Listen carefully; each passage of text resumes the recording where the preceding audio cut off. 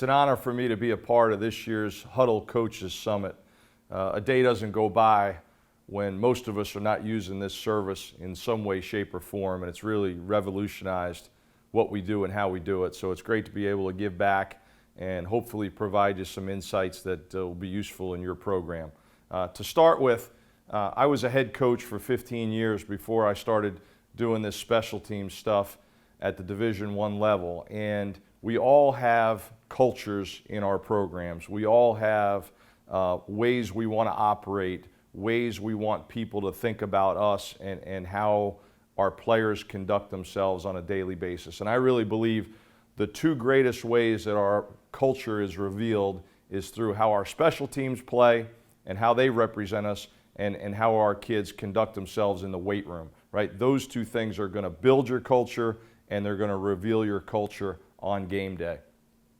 Back when I was a head coach, one of the first things I would do on Sunday night when we were getting ready for a new opponent was to turn on the special teams film, to watch their kickoff coverage, and to watch their PAT field goal block units.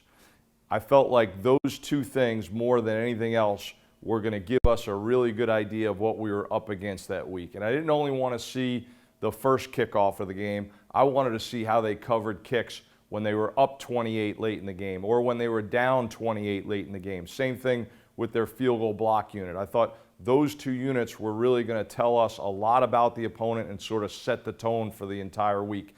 And that's something I've always preached to our special teams units, both as a coordinator and as a head coach. Most of our players, even at the high school level, have dreams and aspirations of playing in the NFL someday. And we know that it's a very low percentage of guys that are actually going to get that opportunity. I think it's important for all of those players to understand that if they want to be in that 1 or 2% that get a chance to go on and have a chance at the highest level, that if they can play on special teams, if the scouts can see them contribute, covering punts, covering kicks, having different roles on special teams unit, that's going to allow their stock to rise. Right? That's going to allow these teams that have a 53-man roster, envision them doing multiple things, bringing versatility to that roster, and maybe even having a longer NFL career. Back when I was a head coach, and fortunately now working here at South Carolina with Shane Beamer, the key to making this all go is the support from the top, all right? And it really breaks down to three different things.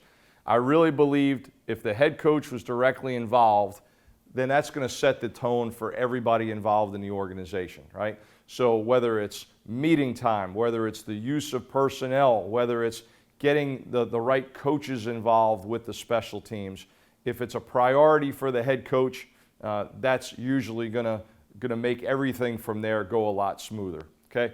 The second part is that it's hard when you're a head coach to stay connected with every nook and cranny of your program. You really have to make an effort to do that. You get pulled in a lot of different directions. But if the head coach is involved with special teams in those meetings, maybe even having a role with different pieces of units and so forth, right? That gives him a chance now to physically coach almost every player on the team. And you could be very strategic about how you do that.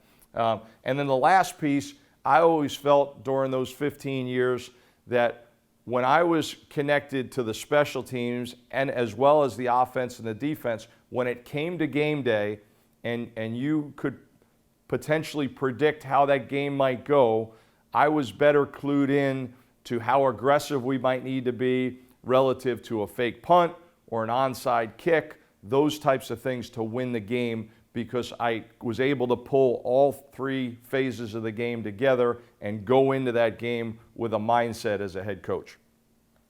All right, let's talk about our special teams philosophy. So it's all about the players in the program. So we like to say we build the roster from the top down and the bottom up. So it's not just going out and recruiting that 4 or 5 star guy. It's also about that walk-on that just joined the program a few weeks ago and developing him the same way. So when you can bring the bottom of your roster up, as well as go get the key pieces on the top of your roster, you have a chance to make the sum greater than the parts. And so we really look at it that way, that my role as a special teams coordinator is much like the strength coach in terms of developing every guy that we have.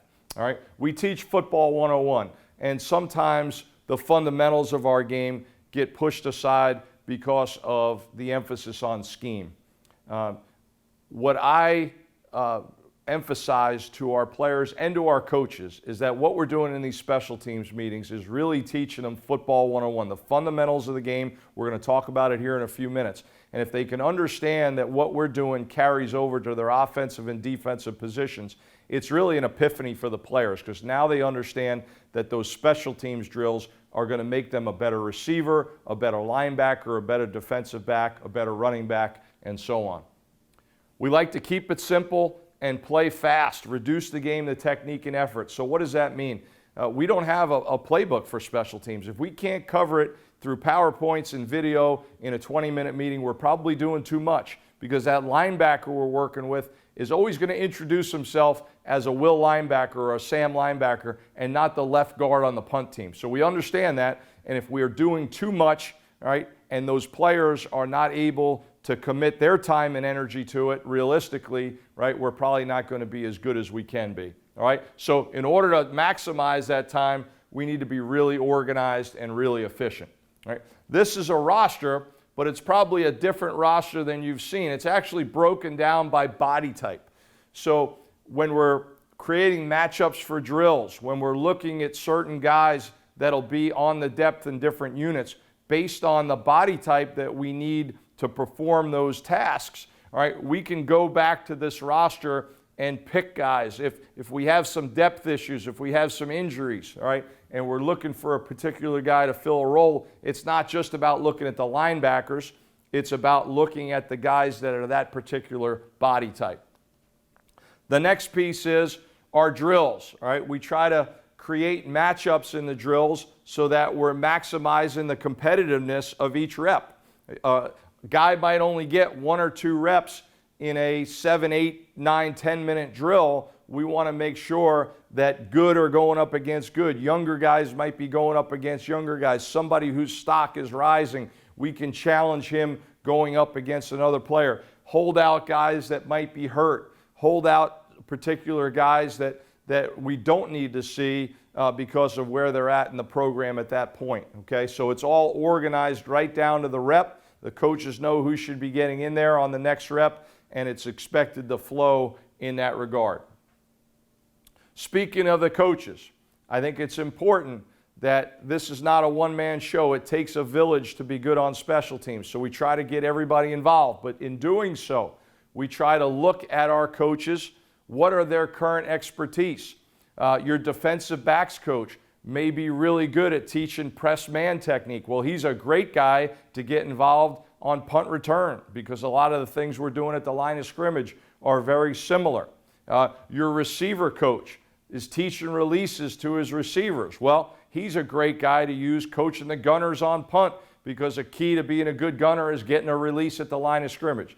So we don't put a square peg in a round hole. We try to use the coaches and put them in the spots that they're comfortable with, knowing, just like the players, that their time, energy, focus quite often is going to be spent elsewhere on offense and defense. And when it comes to special teams, we want to be able to do a lot in a little bit of time, all right, and keep them in their comfort zone. We try to keep our offensive line coach out of it, since most of his players are not involved in anything except the PAT unit. We try to keep our offensive coordinator out of it because of the time it takes to properly coach the quarterback and so forth. So it's about involving coaches, keeping them in their comfort zone, playing to their strengths, and then trying to keep the coaches out of it that are going to be coaching the players that are not involved on those units. All right? We want to be consistent. As long as those guys are speaking the same language as me, everything works. Okay? I mentioned already about the support from the head coach, the support from the staff. It really takes a village to be successful, being efficient, right? Every slide in our meetings, every video clip we pick, we need to be efficient because we have to do more in a little bit of time, all right? I alluded earlier to no playbook.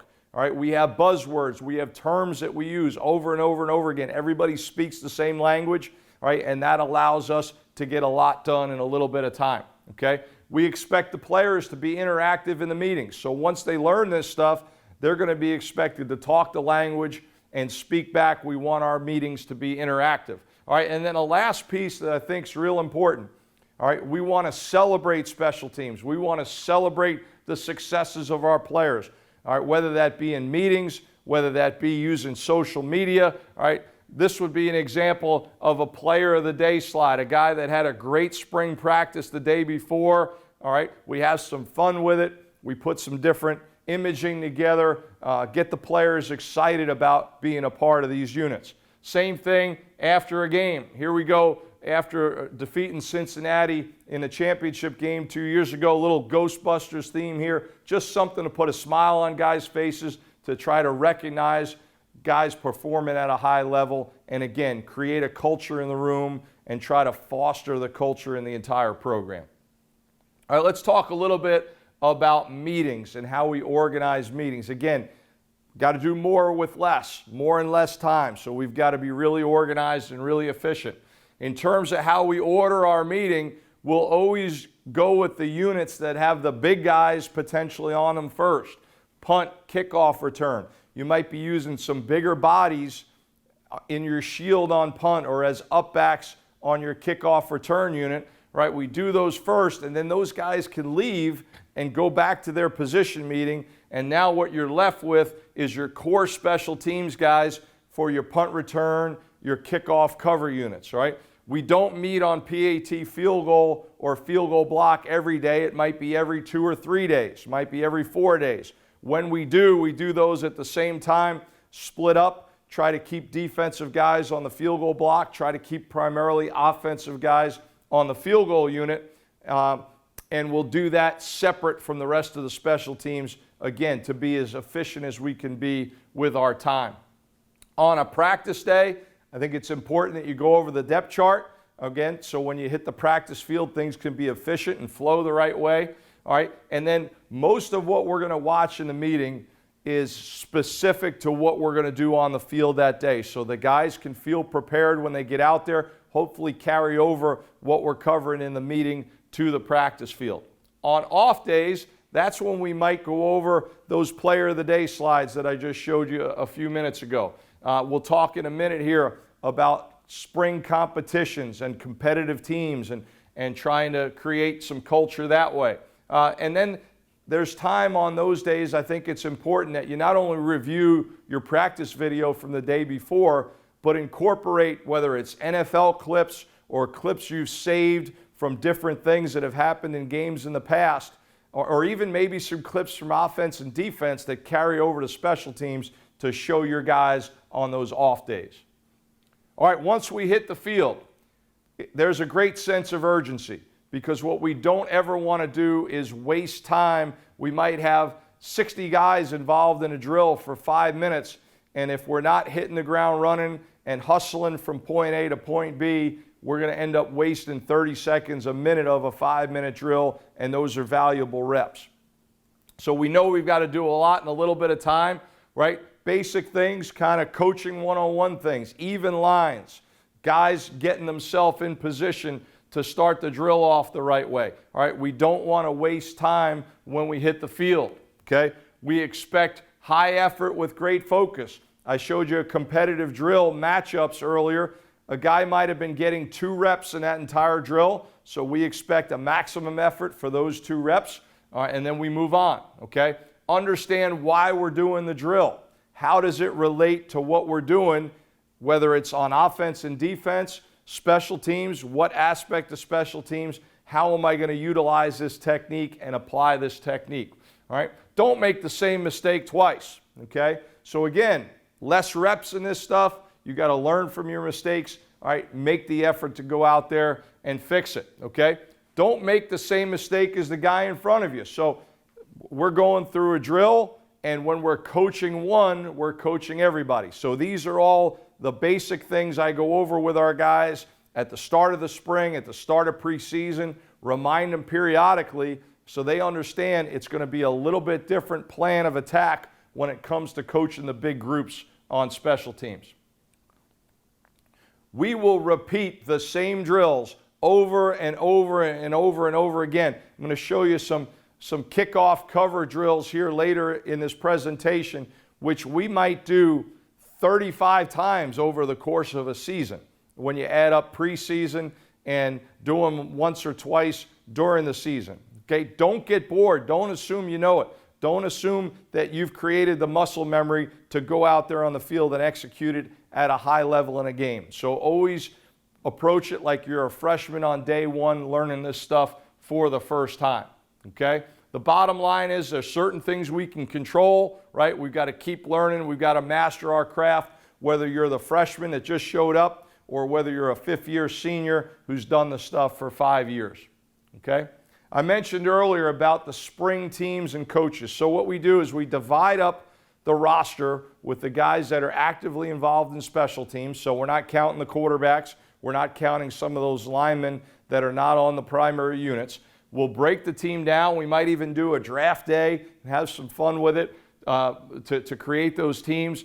Maybe have some captains based on the guys that have excelled in the winter program. And then based on that body type roster, we'll evenly distribute on those teams based on body type. And then on almost a daily basis during the spring, and this is something you could also do during preseason if you don't have spring practice, we incorporate special teams competitions. We grade them. We post the grades.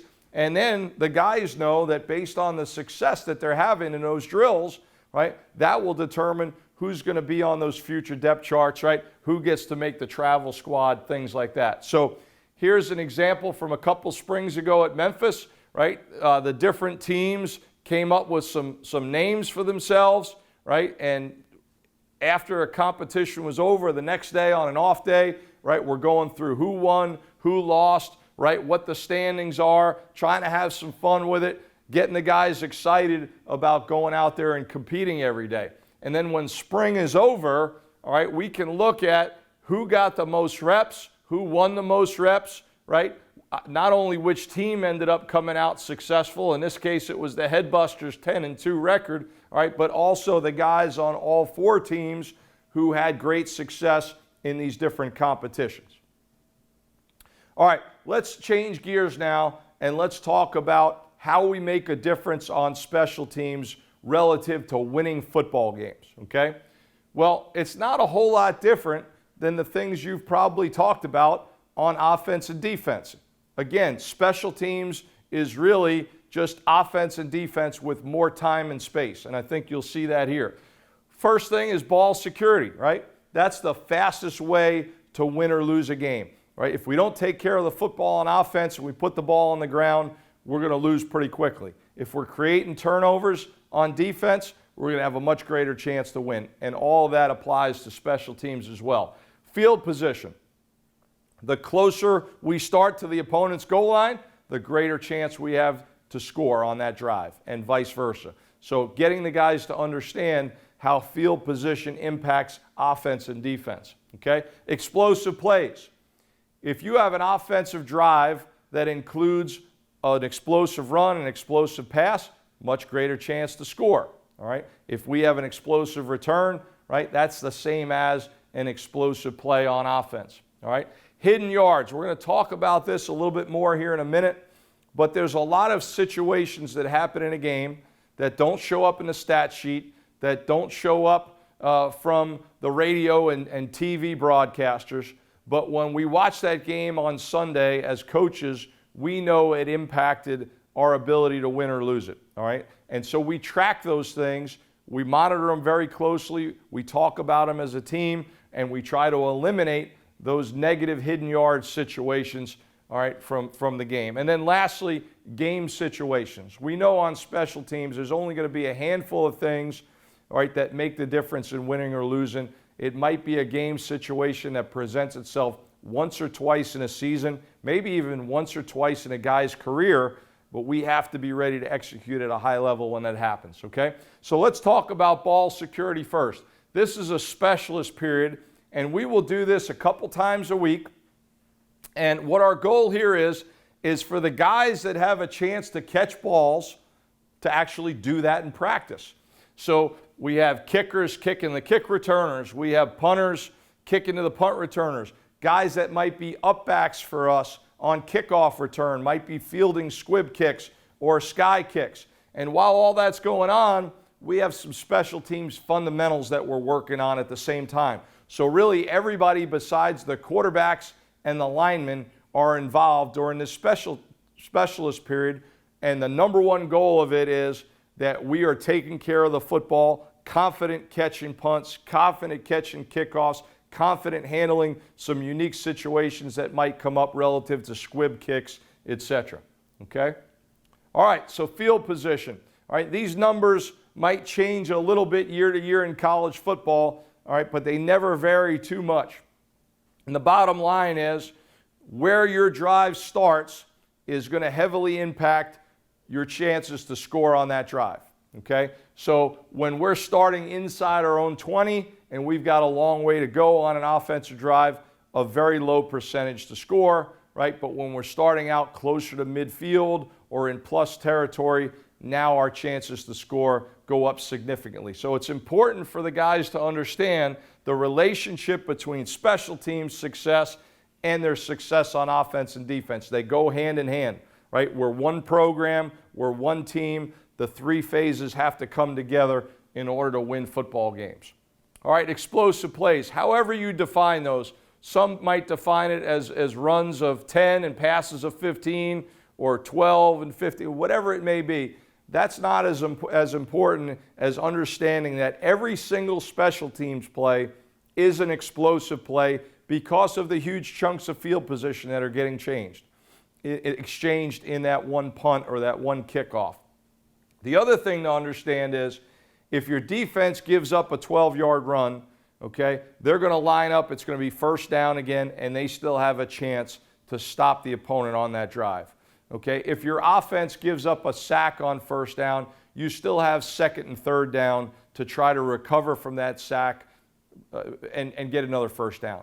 But for us on special teams, if we don't execute on a punt, if we don't cover a kickoff well, all right, we know what the consequences of that can be. So getting the guys to understand, right, that this is a one-shot mentality, there's a sense of urgency to go out there and perform at a high level on these units if we want to win football games.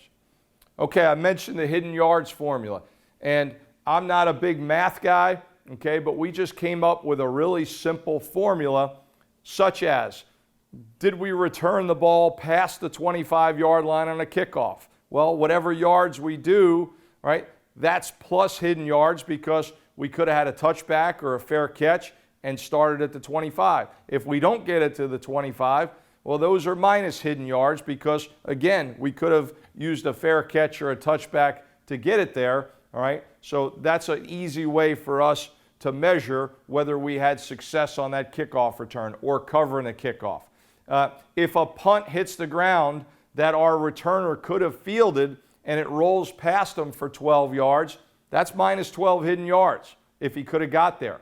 Or if we have a return that gets negated because of a penalty, that's going to get included in this formula as well. Those are big chunks of yardage, right? You might have had a kickoff return that gets out to the 35, but there's a hold on the 20-yard line and that drive starts on the 10. Well, that would be minus 25 hidden yards. So at the end of the day, whether it's each game or it's at the end of the season, we want to measure that stuff because we know those yards are going to impact whether we win the game or not. They may not show up in the stat sheet, but they sure show up as we're watching these games on Sunday, right? And whether we get a win or a loss. So in 2019 at Memphis, we had a great year. We almost had 8 football fields worth of hidden yards in our favor. Last year at Memphis, not quite as much. It was around 300.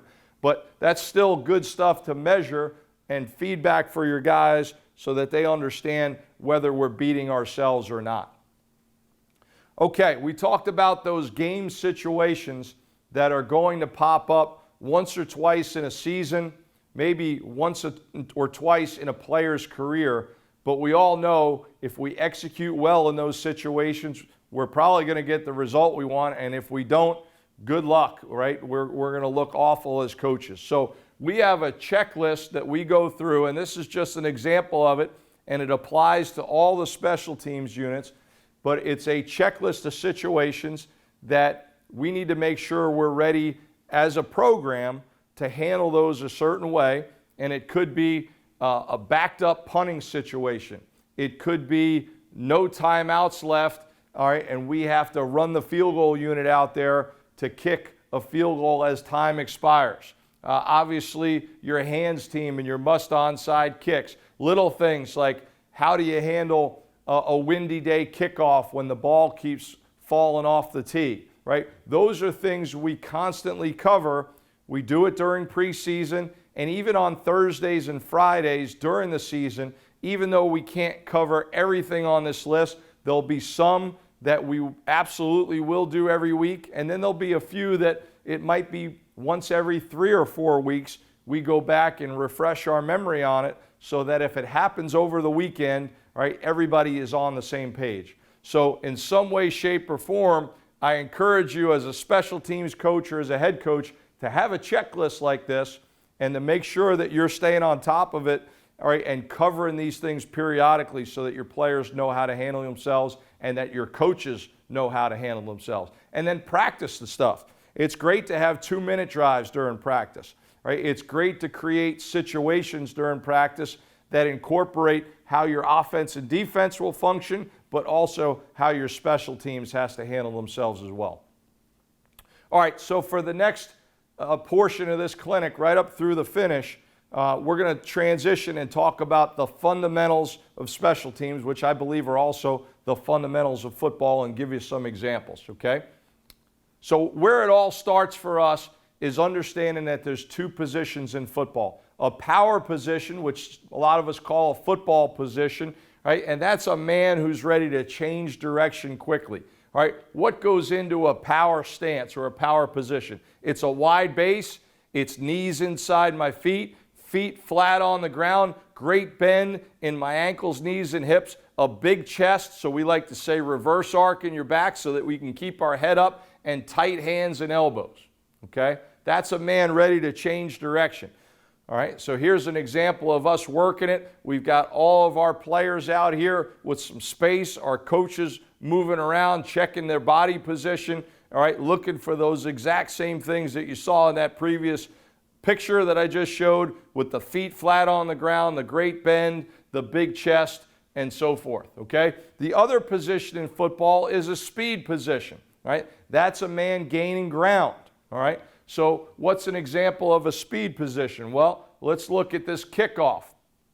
So we get lined up, and we've got our toe on or inside the 30, and once that ball gets whistled in, you look at our guys. This is a great example of it right here. I love the bend that he's got in his ankle, his knee, and his hip, okay? But I'm in basically a sprinter stance, okay, loaded with the weight on the ball of my front foot, ready to roll off the ball of that front foot to gain ground down the field, right? So here comes the kicker, and off we go on the kickoff, all right? And we should be very efficient, not wasting any movement, okay? Ready to gain ground on the field. So here they go down the field, okay? Going from that speed position, right? And able to gain ground as they go. All right? So on any given play, at the start of the play and during the play, we should see 22 players on the field that are in one of those 2 football positions, okay? From there, there's 2 intentions in football. There's creating contact and avoiding contact. So how do we create contact? We do that from a power position, okay? Because we want to change direction. How do we change direction? We change direction with left-right or right-left steps, and we stay in a power position as we move. So let's go back to our example again. There we are in the power position, all right, and watch the player move to his right, and after he takes those 6 steps, and I freeze it right here, you can see his feet are still flat on the ground, his knees are still inside his feet, he's still got great bend in his ankles, knees, and hips, still got a big chest, tight hands and elbows, his head's up, he's still in a power position as he moves. So he's in great position to change direction and create contact. All right, let's watch him go the other way. Same thing, okay, pretty good. You can see his heels are coming up just a little bit right there where I froze it, but you can still see the great bend, the big chest, the tight hands and elbows. He's in great position to create contact, okay? When we talk about avoiding contact from a speed position, that doesn't mean running away from people, because we have to keep in mind time and space is limited, right? We have a job to do, and we all say it's a game of inches, right? Because if I don't go from point A to point B as efficiently as I can, I'm not going to get the job done, right? I'm rushing the quarterback, and the ball is getting thrown in 2.5 or 3 seconds. So if I don't take a target for the quarterback, I'm never going to get there. So we want to avoid contact by initiating contact, stepping in the desired direction, and reducing our surface area, essentially making ourselves hard to block by getting on the edge of the man creating contact. So that doesn't mean running away from him. That means creating contact by boring my shoulder, tucking my elbow, initiating, getting on his edge, okay, so that I can avoid. So let's take a look. You think about it from a special team standpoint, but let's start by watching this defensive end right here, number 94. He's rushing the passer, and there it is. This tackle's trying to block him, okay, but you can see right there what he's done is he's reduced his surface area, made himself skinny, hard to block, right, gotten on an edge of the tackle, right, but where's he going? He's going on a direct line to the quarterback. All right, now let's watch this wide receiver up top in the slot.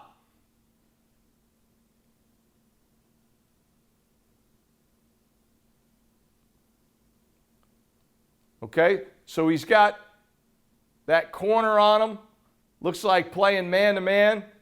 All right, trying to slow down his release from the line of scrimmage. And what you see right there is there's that dip and drive technique, okay? He's getting on an edge of that nickel, all right, so that he can press up the field based on the route that he's running, okay? He doesn't run around them, right? He gets on an edge, reduces his surface area, pries through to get to where he wants to go. All right, and now a special teams example. All right, if you watch down below, okay, we're rushing the punt from the backside here against a 3-man shield. You can see the end is trying to block the second man from the outside there. All right, and what he does right there, there's that dip and drive, reducing his surface area, making himself hard to block versus running through that gap big and square where it's going to be easier for this blocker, all right, to get in between him and the ball. All right, so here we have a man, right, Anthony Munoz, legendary tackle. What's he doing? He's moving in power to create contact, and over here we have Howie Long, rushing, right, getting on the edge, reducing his surface area, all right, initiating contact, all right. He's getting on an edge, making himself skinny, difficult to block, right? That's how we define avoiding contact. So those one-on-one situations that you saw in those 3 clips of offense, defense, special teams, right? Those clips of Munoz and Howie Long, right? We call those the junction point, right? That's where you have one man trying to create and another trying to avoid, right? We define leverage as advantage because the blocker's trying to keep leverage and the rusher or the cover man is fighting to defeat it, right? So there's right leverage, left leverage, right? There would be horizontal leverage, and there's also vertical leverage. A lot of us allude to the low man winning in this game, all right? Another fundamental coaching point is getting our near foot in the ground when we're trying to create contact or avoid contact, all right? By getting our near foot in the ground, we're able to generate force. All right, so watch this clip here. It's actually a defensive clip, and I'd like you to focus on these 2 inside linebackers, okay? They're going to step up and fit their gaps against a zone play. When you watch number 8 to the right of your screen, all right, what you're going to see when he goes to take on that center, he gets his near foot in the ground, right? And he's able to strike that center and generate a lot of force and hold his ground, okay? To the contrary, over here to the left, all right, 23, all right, when contact is made, all right, he doesn't have his near foot in the ground. He hops, okay, and you'll see he absolutely gets collapsed, all right, because he can't generate any force when contact is made, okay? So getting your guys to understand that getting their near foot in the ground is going to allow them to translate all that work that they do in the weight room to the field. Okay, time and space. It's either your friend or it's the enemy, okay? And that's something that we are constantly talking about from a special team standpoint, all right? Covering a kickoff for us is no different than rushing the passer, okay? It's just with more time and space. All right, when we avoid contact with time and space, we have some buzzwords that we use. A backdoor means I'm avoiding to the side of the blocker's leverage. So if I'm a blocker on kickoff return and the return's going to my right and this is my butt side, if I avoid butt side, we call that a backdoor. That should be taking me to the return, defeating the blocker's leverage. If the blocker has too much leverage and I can't win via the backdoor, we're going to attack him, try to step on his toes, and win with speed. When we win with speed, we have to stack him because we went away from the blocker's leverage. And if we catch a blocker who's somewhere in between a speed position and a power position, he's in no man's land, we may just run him over. And we call that a knockdown. That's attacking a man in transition, right, who's not in speed and not in power. He's somewhere in between. All right, so let's look at these in a little bit more detail. Mention the back door. If we're getting butt side and we avoid butt side, we feel like that's going to be the quickest way to take us to the return. So here we are drilling it. All right, we're working the dip and drive. Okay, avoiding contact. You can see they're not running away from the blocker. They're getting on an edge of the blocker and avoiding butt side. All right, here we are going back the other way. All right, now let's watch one from a game. Up here at the top of your screen, right now, just inside the hash. Okay. So there's the blocker. He's giving us butt side. He's telling us that the return's going to the boundary, and the cover man avoids butt side. It takes him right to the ball. All right, let's watch it from here. Here he comes. Now he's in the logo in the middle of the field. Okay, there's the center popping out to block him. There's the butt side. Good. Great backdoor, right? And it kills that block. It brings them right to the point of attack. Okay? Sometimes the blocker has too much leverage. All right, when he does, right, if we backdoor, we might just get washed past it. So we want to attack that blocker, and if he continues to keep his leverage, we'll step on his toes. We'll avoid away from his leverage. All right, but now we know we need to stack him to get back in phase with the ball. All right, so same drill, okay? There's the butt side, okay, but we're not avoiding butt side now. We're avoiding away from his leverage, and when we do, we know we need to get to a stack position. It's the same dip and drive technique to avoid contact. Going back the other way, always working at both sides. All right, now let's watch the same player in the same game. Same position. We like to say every play is its own entity. Don't assume it's going to play out on the next rep the way it did on the last rep. So now he avoids via speed, okay, but once he does, you could see him stack the blocker, and now he makes a hit inside the 20-yard line, okay? Two different techniques, same player, same game, both very effective.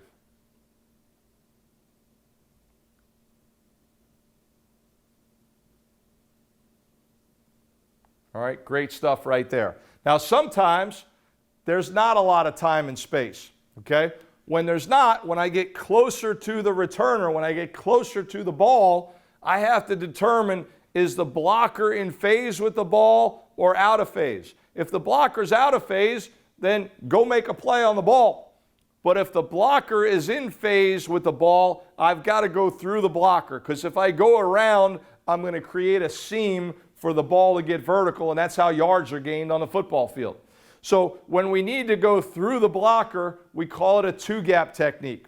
I want to stay in a speed position. I want to keep gaining ground. I want to get my near foot in the ground, staying in speed, shock the blocker with tight hands and elbows.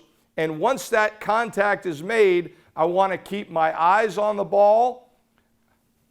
I want to keep my hands on the block, and I want to keep my feet gaining ground, essentially knocking the blocker back into the ball until the ball carrier picks a side. Okay? So this would be a look at it from a diagram standpoint. Staying in speed, okay? Trying to knock the blocker back, right? And then keeping my eyes on the ball so I can disengage. All right, here we are drilling it. So we've got 4 blockers in a power position. We've got our cover men that are executing the two-gap. And now we've got 4 ball carriers who are working ball security. So we've got 12 guys in this drill. And if you run it well, everybody should be getting some good work out of this drill. And then we'll just rotate. Okay, guys go from cover man executing the two-gap to ball carrier to blocker. All right, it should be quality work. You get a lot of reps in a few minutes. Here's a competitive drill doing the same thing. All right, so there it is. All right, staying in a speed position with the initial contact, tight hands and elbows, but keeping my eyes on the ball, and once the ball declares, all right, there you go, disengaging from the block and make it an angle tackle. Good stuff. All right, let's watch one from a game. Right up here on the pro numbers. Okay, there's your speed position. Okay, now he gets close to the ball and he sees this blocker in phase. He knows if he goes around it, he's going to open a huge seam. So what does he do? He goes through the blocker, but he keeps his eyes on the ball, right? Times up the disengage from the two-gap, makes a hit on the 20-yard line. The next guy down below him actually attacks a blocker who's out of phase, right? No reason to attack a blocker when the ball's way in there. We could still avoid this blocker, right? No reason to go through this guy because he's not in phase. If it was the off returner, I better go through him. Let's look at another clip. Different kick, different team, same situation, okay? Kick across the field, here comes the return. And if you watch these guys at the point of attack, okay, they're close to the ball, right? Those blockers are in phase with the ball, so they go through the blocker, okay? They go through it, but they keep their eyes on the ball, and they disengage while the ball is still in front, all right? Right here, okay, if this cover man decides to go around this block, there's going to be a seam created, and that return is going to get to the next level. Instead, there's nowhere to go, okay? The last few minutes of this clinic, what I want to talk about is some situations on punt return and kickoff return where we're starting in one position and transitioning to another. So it might be from power to speed, from speed to power. Again, these simple buzzwords, these simple techniques are things that you can carry over from unit to unit, all right? So let's watch this. Here's a punt return. We're starting in a speed position. And now when the ball snapped, if you watch number 9 down here, he ends up back in a power position, but does a great job of holding up his man at the line of scrimmage. And then when his man eventually releases, he's back into a speed position. Let's watch it from here. Starts in speed, goes to power, changes direction, and then eventually gets back to speed. Okay, here's another one. Watch these two guys down below. Starting in speed,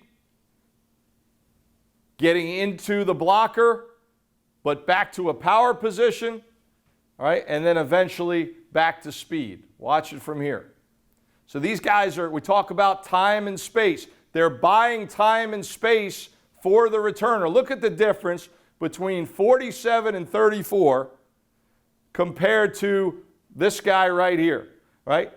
Because of the job they did at the line of scrimmage, speed to power, now they're able to change direction, getting into their man. They just bought us 10, 12 yards of time and space for the returner compared to this guy down here, number 16. So some examples of great technique and not so good technique, right? Great to learn from. This guy doesn't get the job done, they do. All right, let's talk about it on kickoff return now. Starting in a power position, going to speed, and then back to power.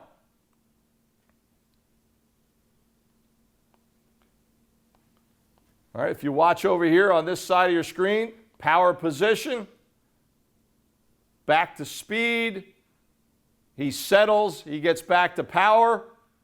Okay, this return is actually coming to him, so he does a good job of being firm. We like to be firm when the return is coming to us. We could be a little softer when the return is going away from us. Okay, same guy in a different position now. Okay, when you watch us here, we transition back to power. Okay, the guys that the return is going to are going to be a little bit more firm than the guys that the return is going away from. Okay, nice and square, back to power. All right, really good. Return's coming to him, right? He knows he's got to create space for the returner. All right, now, similar drill, but these guys know when they transition to power that the return is going away from them. So they're going to try to delay contact. All right, let's watch one in a game. Watch the guys up top. They transition back to power, all right, but they keep sinking because they know the return's going away from them. They're trying to delay contact. They're trying to slow down those guys that are in a speed position.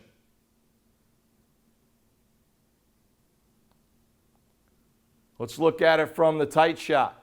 Power, speed, back to power, okay, and then delay contact because the return is going away. All right, one last look at it. Watch the guys down below. So they're transitioning back to power, all right, but they're sinking, delaying contact because they know the return's going away from them. Watch this double team up top, much more firm because they know the return is coming to them.